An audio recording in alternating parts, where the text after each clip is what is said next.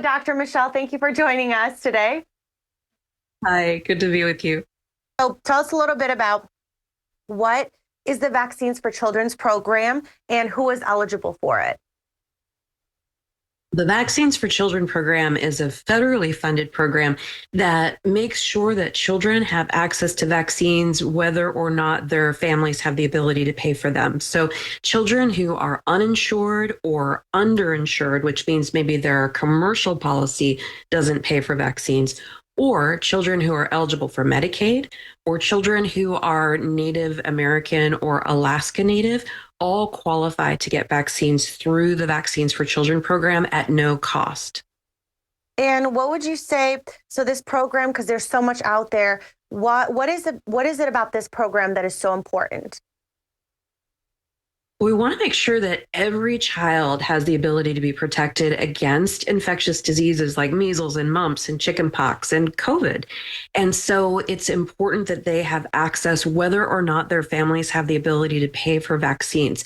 So this critically important program is credited with saving more than 1 million lives of children since 1994. And it is an important way for children, especially from low income families, to be able to have access to those life-saving vaccines. What else would you say it protects children against besides COVID and any other diseases? Well, the Vaccines for Children program covers every recommended childhood vaccine. So from the very little babies who get hepatitis B and polio and into babies who are a little bit older who get measles, mumps, rubella, and chickenpox vaccines, into teenagers who get HPV vaccine, which prevents several different kinds of cancer. All of these vaccines are covered by the Vaccines for Children program if your child qualifies. And if they don't, they're covered by your commercial insurance plan. So cost should never be a barrier to being able to get your children updated with vaccines to make sure that they stay healthy. Obviously, the program allows parents to feel, rest assured and a little bit safer knowing that they have, this program. What would you say, tell parents that are still a little bit hesitant about these vaccinations, especially the COVID? Yeah, I get it. There is a lot of information out there, and it's really hard to know what to do sometimes. Parents and pediatricians like me, we all want to do what's best for our kids to keep them healthy. And I can assure you, as a mom and as a pediatrician, that getting them vaccinated is that thing that is the best thing to do to keep them healthy. So just like we wouldn't take them out without a car seat, we shouldn't have them out without vaccinations to make sure that they're not going to get diseases that are circulating in the community.